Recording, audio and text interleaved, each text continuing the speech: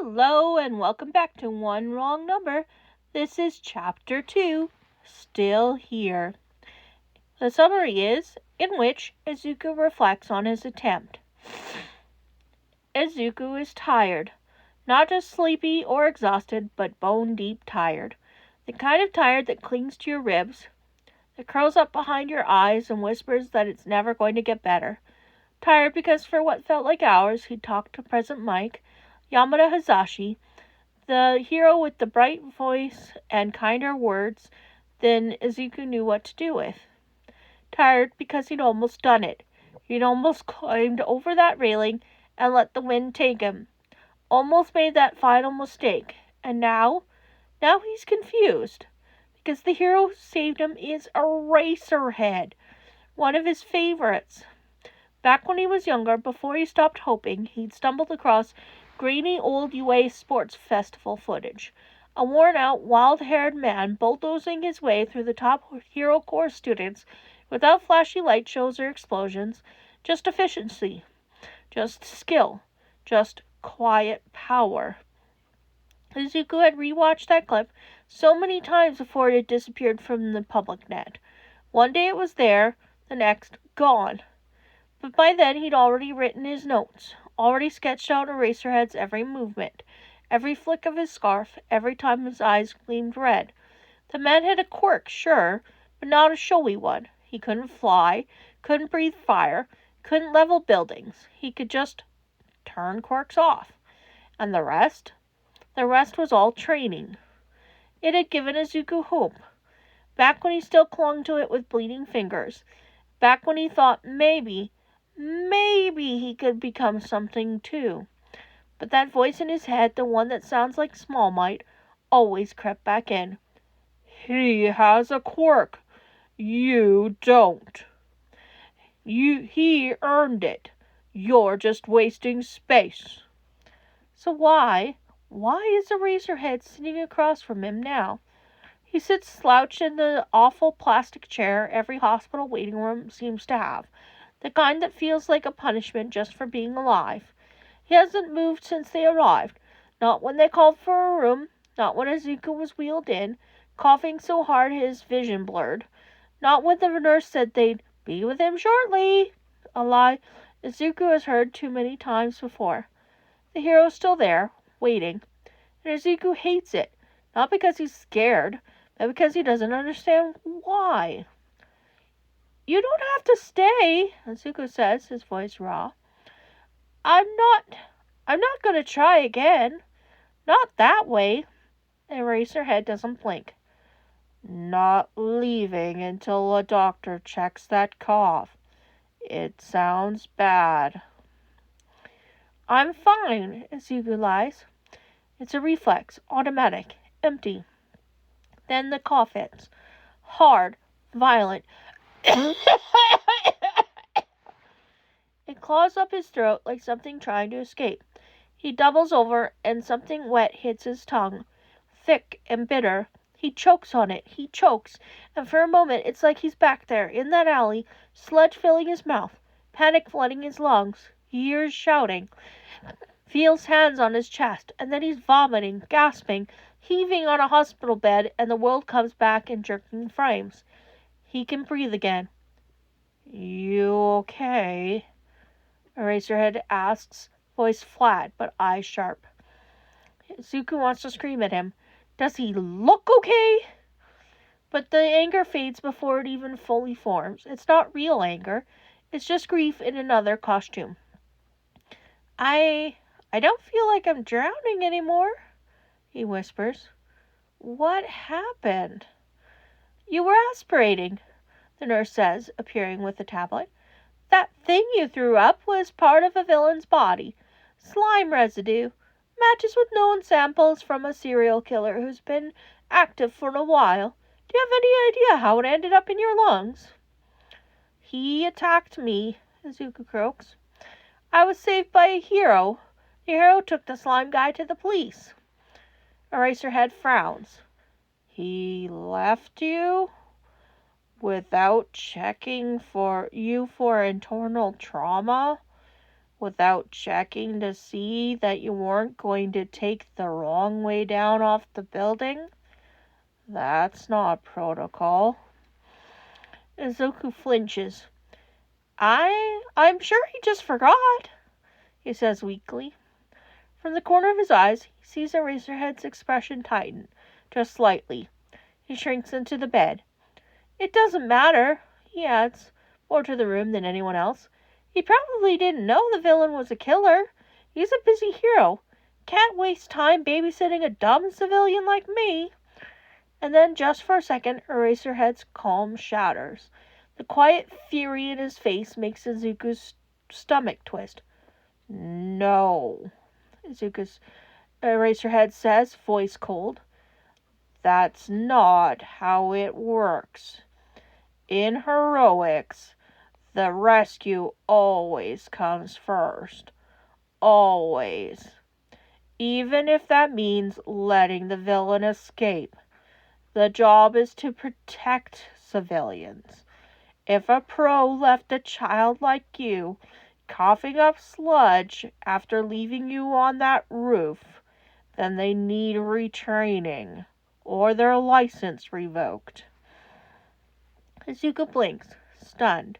He can't help it. He laughs, a short, bitter giggle, the kind that cuts coming out. Who's going to tell All Might that? He thinks. And just like that, the sheen crashes in again. He bites his lip, eyes burning, because he can't let Eraserhead know. Can't let anyone know. All Might wasn't wrong. He said the same things everyone else had said. He was even nice about it. He gave him career suggestions, told him to be realistic. And still it hurt more than anything. Still, Izuku clung to him like an idiot, begged him, grabbed his legs like some desperate child. And now what? Now a part of him wants to disappear just so All Might won't get into trouble. He doesn't deserve to be angry at the man who tried to let him down easy. He doesn't deserve anything. Forget it, Izuku mumbles. It doesn't matter. But Eraserhead doesn't look away. He doesn't move. He just sits there, watching, waiting, not blinking. And it's that stillness, that which breaks something inside Izuku all over again. Because it feels like someone is finally seeing him, and he doesn't know how to handle it. He doesn't believe in the warmth Hisashi offered, doesn't trust Nezu's quiet optimism.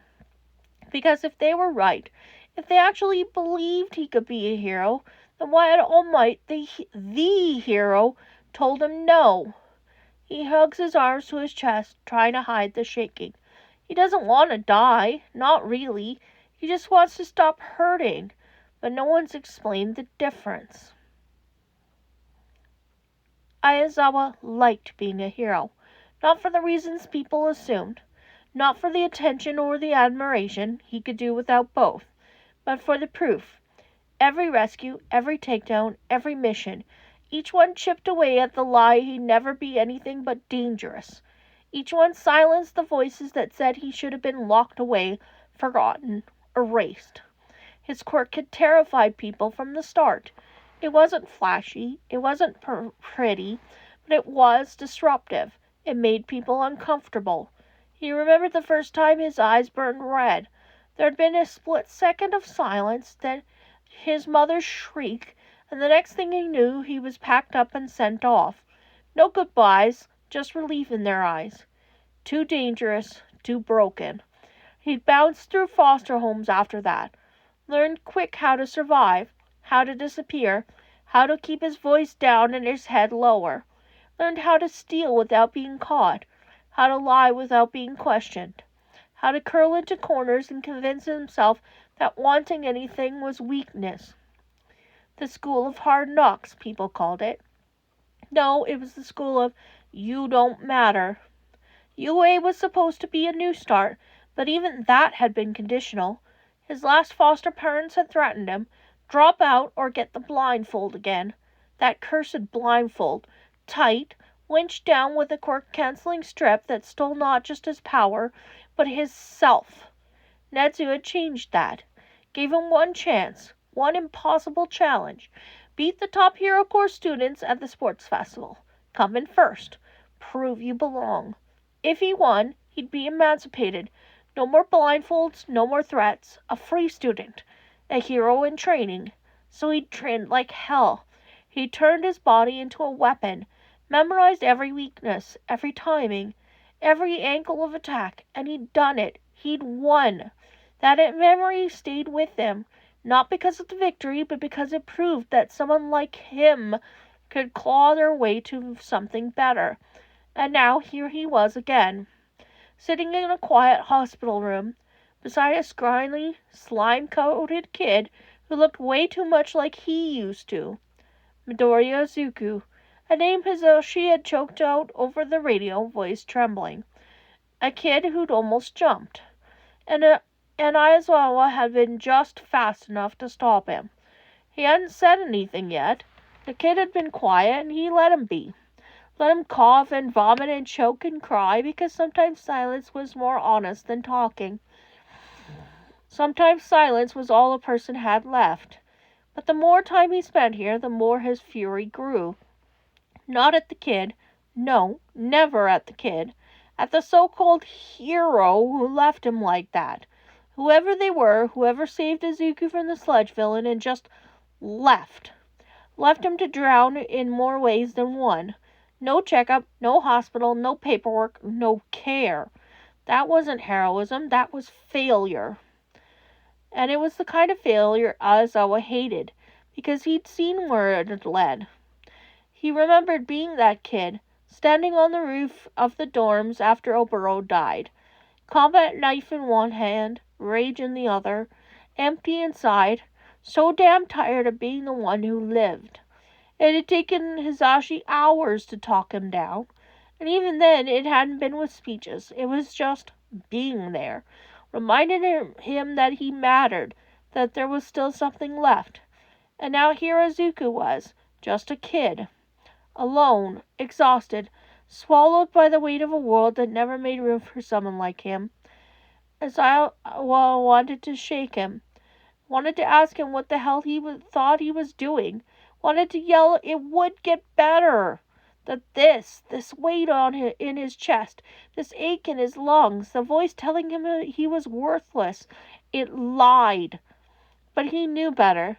He knew the second you raised your voice, a kid like this would flinch, retreat, start rehearsing apologies for the things they didn't do wrong. So instead, he just sat. He waited while Izuku stared out the window, waited while the boy coughed and muttered things about being a dumb civilian, and made excuses for the hero that left him behind. Then came the part that almost made him break his calm. Who's going to tell All Might he needs retraining? He's sure the kid isn't aware that he said that aloud. And he's not going to tell him, but he filed it away. It explained too much. The blind hero worship, the quiet heartbreak, the guilt, the bitterness, the way Izuku protected the one who'd hurt him. It made him furious, because someone like All Might, someone with that kind of power, that kind of reach, should have known better. He'd seen too many kids get crushed by false hope, by the hero society's obsession with symbolism and worth. And when someone like All Might, someone who meant everything to kids like this, said no, it hit like a sledgehammer. Worse, it stuck. So Aizawa watched Izuku with quiet, smoldering rage under his skin. Not at him, but at every system, every person, every so-called hero who'd let this kid believe his life wasn't worth saving. He wouldn't fix it with a hug or a pep talk. That wasn't his style. But he could make a promise. So when the nurse came in again and checked Izuku's vitals, Aizawa stood up. Not to leave, just to get closer. He crouched beside the bed, voice low, so only Izuku could hear him.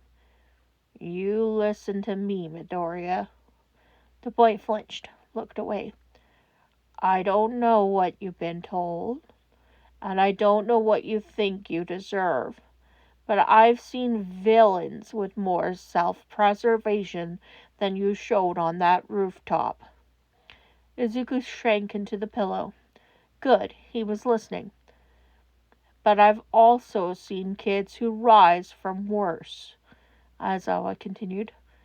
I've trained students with trauma, fear, hatred, and the one thing that separates them from the ones who fall is the decision to keep going.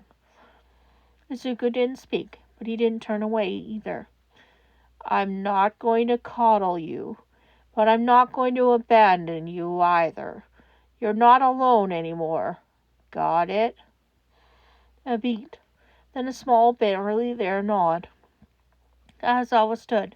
He pulled out his phone, dialed Hisashi with one hand while scribbling something on the nurse's clipboard with the other.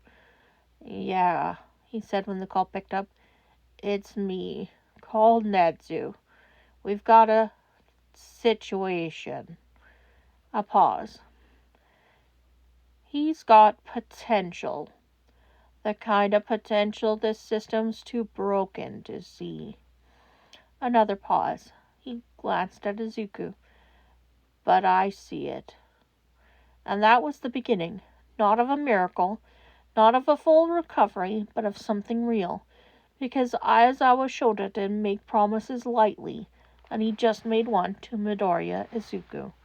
And that's the end of chapter 2.